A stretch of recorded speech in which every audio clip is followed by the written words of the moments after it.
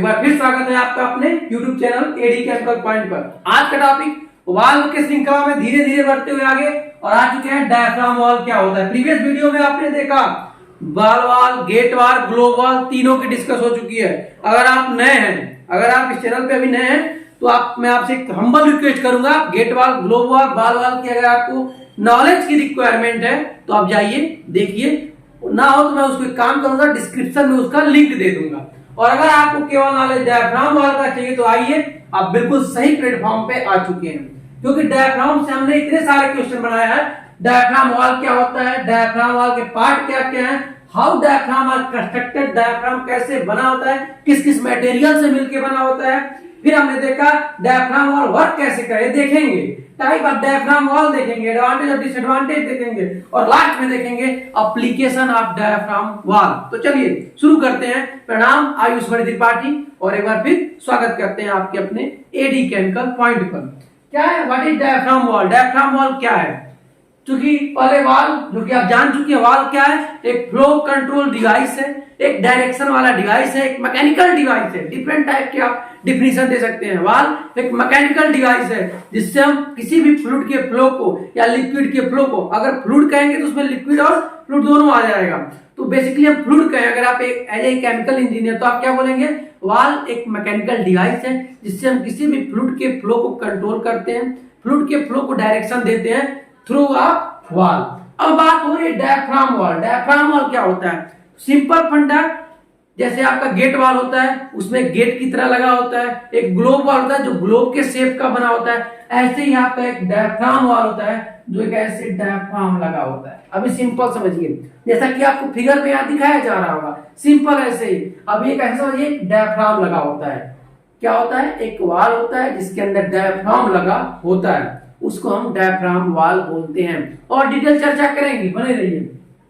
अब यहाँ पे देखिए चर्चा होगी, पार्ट क्या है, what are the part of diaphragm valve. Diaphragm valve के कौन कौन से पार्ट हैं?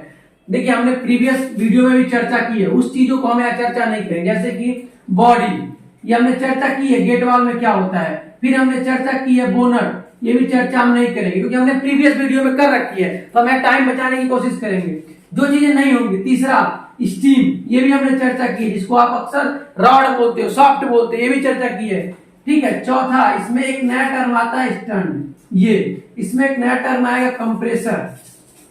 जो जो चीजें नहीं होंगी उसकी हम डिस्कस यहाँ पे करेंगे। छठा चीज आपका होता है एक्चुएटर। तो चलिए ये चीजें चर्चा हो चुकी हैं, बॉडी, बोनट, स्टीम। बात कर लेते हैं स्टर्न की, कंप्रेसर की और एक्चुएटर की। इसमें क्या होता है, जो आपका ऐसे डायफ्राम लगा होता है, समझिए क्या होता है, आपका फ्लूइड है, ये लाइन लगा, ठीक है। इसमें जो डायफ्राम है, ये इसे आप स्टीम बोलते हो। ये चलिए एक चर्चा हो गया स्टीम, इसी को आप स्टीम बोलते हो। इसके ऊपर हैंडविल जो लगा होता है, तो ये डायफ्राम जो है ना, ये अप और डाउन करता है, यही आपका डायफ्राम, ये ऊपर जाता है और नीचे। अभी समझिए ये ओपन कंडीशन में है तो आपका फ्लूइड फ्लो हो रहा है, बराबर, ये आपका है, यही है आपका डायफ्राम। आप देख जाइए, पार्ट की चर्चा हो रही है तो डायफ्राम, ये आपका डायफ्राम है। आई बात समझ में? यही आपका अप और डाउन होता है, किसके थ्रू, स्टीम के थ्रू। और स्टीम में जो आपका इसको अप और डाउन करता है वो करता है आपका कंप्रेसर।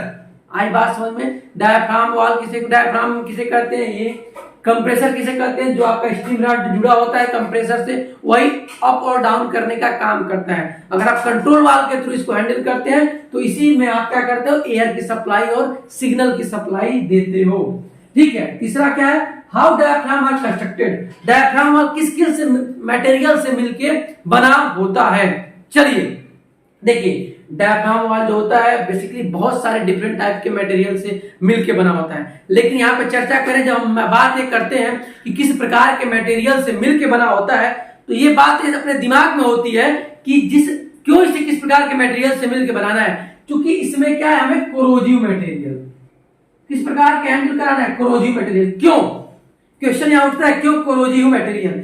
क्योंकि gate valve, globe valve, ball valve, सारे में आप देखोगे तो वहां पे ग्लैंड लगा होगा, इसी चीजें लगी होंगी, यहाँ पे गैस्केट लगी होगी, वहां पे जाके जाओ, अगर गेट वाले हैं, समझिए गेट वाला है आपका, स्टीम है, ये गेट है, तो जो जाके बैठता था वहां पे सीट लगी थी, सीट पे जाके बैठता था, तो वहां पे ये प्रॉब्लम आ रही थी कि जब हम हैजार्डस केमिकल, कोरोजिव केमिकल दे रहे थे, तो ग्लैंड को क्या कर रहा था, धीरे धीरे खा जा रहा था, कोरोजन लग जा रहा था। इसीलिए आप देखोगे गेट वाला और ग्लोब वाल को जब ओपन करोगे ना, तो वहां पे जब आप ओपन करोगे तो उसके जो स्टीम है वहां से स्टीम निकलेगी। स्टीम और स्टीम में फर्क समझिएगा, ये आपका स्टीम है, ठीक है, और एक स्टीम जो लगा होता है, जो आपका वेपर फॉर्म है, जो वाष्प है, जो बॉयलर से आता है, तो ये दोनों में डिफरेंस है। जो आप उसको खोलते हो देखते हो वहां से लीकेज होता है, तो उसी लीकेज को ब्रेक करने के लिए लाया गया क्या, डायफ्राम वाल्व। आई बात समझ में? मैं क्यों अभी चर्चा कर रहा हूँ, ये चीजें बात की चर्चा की है, लेकिन मैं इसलिए कर रहा हूं क्योंकि यहाँ पे कोरोजिव मटेरियल को देखते हुए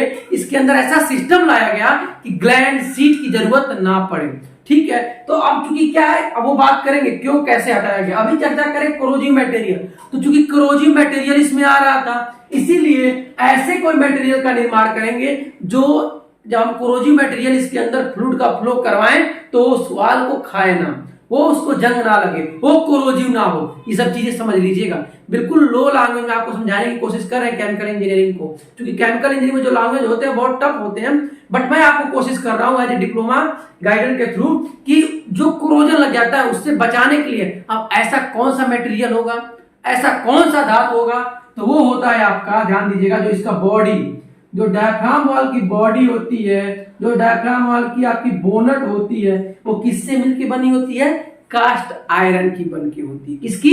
कास्ट आयरन की। ये क्या करता है, कोरोजिव केमिकल से बचाता है। और इसके अंदर जो आपका बोनट होता है, जो इसका ऐसे बोनट बना होता है, उसके अंदर एपॉक्सी नाम की एक मटेरियल होती है। इसकी एपॉक्सी, APOXY, इसकी इनर और आउटर्स में कोटिंग की जाती है। क्या की जाती है, अंदर और बाहर एपॉक्सी नाम का एक मटेरियल होता है जिसकी कोटिंग की जाती है, और बेसिकली एक कास्ट आयरन का बना होता है। अब जब चर्चा कर ही रहे हैं तो ये चर्चा कर ले, जो डायफ्राम होता है वो किस चीज का बना होता है, तो जो डायफ्राम होता है आपका बेसिकली वो प्लास्टिक का आपका बना होता है। आई बात ना, रबड़ है और प्लास्टिक जो मूवेबल होता है, आसानी से मूव करता है। जब आपका कंप्रेसर से आप वाल घुमाते हो कंप्रेसर, तो कंप्रेसर उसको ऊपर लेके आता है, फिर जब आप क्लोज करते हो तो उसे नीचे लेके आता है, और जाके वो सीट के पोजीशन पे बैठ जाता है। याद रखिए यहाँ पे सीट लगा होता है, ये जो बैठता है यहाँ पे सीट लगा होता है, कोई ग्लैंड नहीं लगा होता है, ठीक है, आपने समझा? ओके, अब कैसे डायफ्राम वाल वर्क करता है ये देखते हैं। इसमें वेरी सिंपल, बहुत ही आसानी से क्या करते हैं हम, सिंपल समझिए, एक मिनट। इसमें सिंपल ये होता है कि ये आपका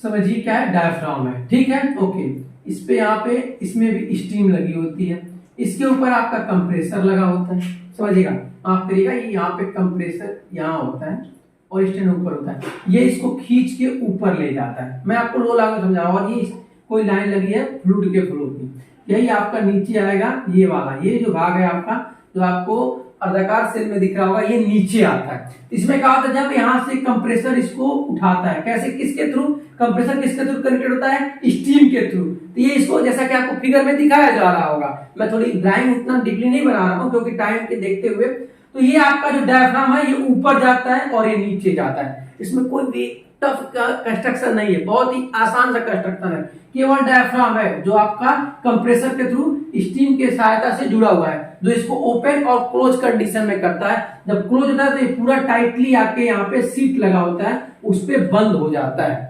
आई बात समझ में? डायफ्राम वाल का जो डिजाइन होता है, एक चूंकि आपको जो मैं लीनियर लाइन बना रहा हूँ, ये ऐसा होता है, ऐसा, समझ रहे हो आप, ऐसा लगा होता है जैसे दो पाइप आपस में जुड़े हों।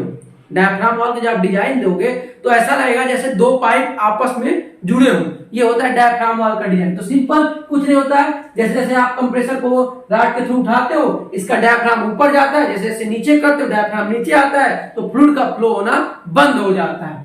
ये है आपका क्या, हाउ डायफ्राम वाल वर्क। अब आपकी बारी टाइप ऑफ डायफ्राम वाल।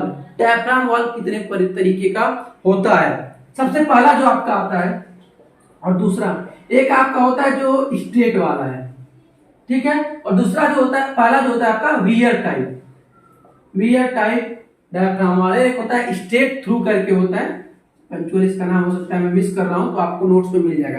ये दो टाइप का डायफ्राम वॉल होता है। वियर टाइप सबसे ज्यादा इंडस्ट्री में आपको देखने को मिलता है, जो कि आपका लगा होता है किसमें, डायफ्राम वॉल में। आई बात समझ में? ठीक है, अब बात करते हैं एडवांटेज और डिसएडवांटेज। देखिए, जब आपने इतनी सी चीजें जान चुके कि क्या है, तो एडवांटेज और डिसएडवांटेज आप इसी चीजों के आसानी से निकाल सकते हैं। क्या? पहले एडवांटेज की चर्चा करते हैं डायफ्राम वॉल की। डायफ्राम वॉल की सबसे पहली एडवांटेज आपकी ये होगी कि डायफ्राम वॉल जो होता है आपका कोरोजिव और फ्रिक्शन से केमिकल्स को बचाता है। क्यों बचाता है? क्योंकि इसके अंदर केमिकल का आपको बताया मैंने, कोटिंग एपॉक्सी की, कास्ट आयरन की। आई बात समझ में? दूसरा, इसमें हम कोरोजिव केमिकल को आसानी से करा सकते हैं। अभी तक गेट वाल और ग्लो वाल में नहीं करा रहे थे। क्यों नहीं करा पा रहे थे?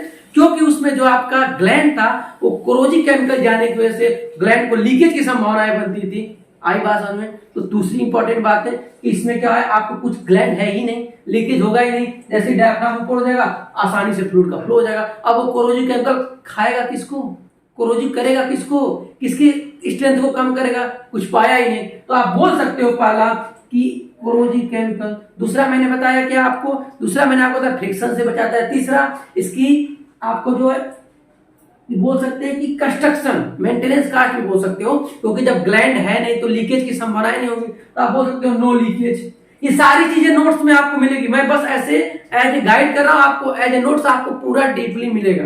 तो आप ये देखोगे इसमें लीकेज की संभावनाएं कम बनेंगी। ठीक है। चौथा आप क्या देख सकते हो, चौथा आप ये देख सकते हो कि जैसे मान लो आपका डायफ्राम वाला है, आपने पहला क्या देखा, पहला आपने ये देखा कि आसानी से इसको कोरोजिव केमिकल इसमें हैंडल कर रहे थे। दूसरा हमने क्या देखा, दूसरा हमने ये देखा कि कोई भी जैसे कि आपका एक आसानी से ऑपरेट, जब ज्यादा डिजाइनिंग कॉम्प्लेक्स नहीं है तो कर लेते हैं। ये तीसरी चीज आपने वहां पे देखा कि हम रेडियो एक्टिव और हैजार्डस केमिकल जो है उसको भी आसानी से ऑपरेट वहां पे कर ले रहे थे। ठीक है। एज ए कंट्रोल वाल भी हम इसको हैंडल कर लेते हैं। तो ये सब चीजें आपकी एडवांटेज में आती हैं। इसका एक बात और है, इसमें हम कंटामिनेशन फ्लूइड का फ्लो नहीं कराते, इसीलिए इसका यूज कहां पे करते हैं, फार्मास्यूटिकल इंडस्ट्री में, फूड इंडस्ट्री में, ये सब प्रोसेस इंडस्ट्री में इसका एडवांटेज है, यूज कर सकते हैं। किसमें? इसका डायफ्राम वाल का। ये तो रहा एडवांटेज। अब बात करें डिसएडवांटेज की। डिसएडवांटेज क्या है? डिसएडवांटेज इसका ये है कि इसको हाई टेम्परेचर और हाई प्रेशर पर ऑपरेट नहीं कर सकते। इसकी एक लिमिटेशन है, 240 डिग्री सेंटीग्रेड से आप ज्यादा इसको किसी लाइन में अगर आप लगा रहे हैं जिसका इससे ज्यादा टेम्परेचर है तो वहां पे आपका फॉलो नहीं करेगा। आई बात समझ में? ओके। दूसरा आपका जो है वो 14 बार, यानी प्रेशर की बात हो रही है, इससे ज्यादा आप 200 psi से ज्यादा अगर प्रेशर उस लाइन में है तो आप यूज नहीं कर सकते। ये एक इसकी लिमिटेशन है, आप बोल सकते हो। दूसरा, इसमें क्या है, जो लाइनिंग की डिजाइनिंग होती है, जो आप देखोगे ग्लोब वॉल की, तो इसमें देखोगे कि जो फुल्ली केमिकल इस लाइन से खाली नहीं हो पाता है। तो आप बोल सकते हो कि fully drain condition is not available. इसमें डायफ्राम वॉल में कुछ ना कुछ केमिकल रह ही जाता है। आई बात समझ में? तीसरा आप डिसएडवांटेज इसका बोल सकते हो कि जब हाइड्रोइलेक्ट्रिक आपका क्या होता है, हाइड्रोलिक प्रेशर लेते हो, उस कंडीशन में अगर वहां पे डायफ्राम वॉल लगा है तो मैक्सिमम प्रेशर को, यानी वो यही बात आ गया कि मैक्सिमम प्रेशर की कैपेसिटी को कैरी नहीं कर पाएगा। कौन सा? Diaphragm wall. अब बात कर ले एप्लीकेशन, यानी कहां पे यूज करते हैं, किसका?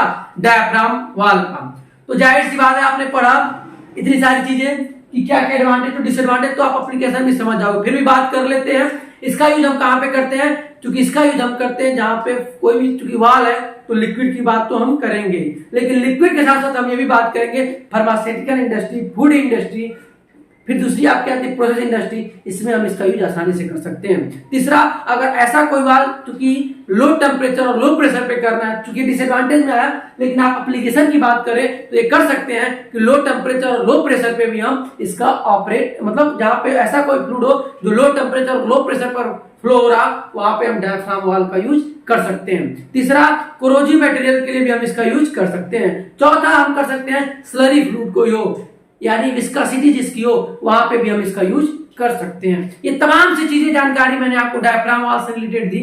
उम्मीद करता हूं ये समझ में आया होगा। फिर भी अगर कुछ डाउट हो तो आप कमेंट बॉक्स का सहारा लीजिए, और उससे भी अगर आपको संतुष्टि ना हो तो एक प्यारा सा नोट्स आपके लिए याद रहे। वो नोट्स इतनी मेहनत से बनाई जाती है कि हिंदी में अलग और इंग्लिश में अलग आपके लिए, तो उम्मीद करते हैं कि वो नोट्स आपके काम आएगा। और अगर वो नोट्स काम में आता है तो आप अपना प्यार दीजिए और वीडियो को खूब सारा शेयर करिए। Thank you friends watching my this video.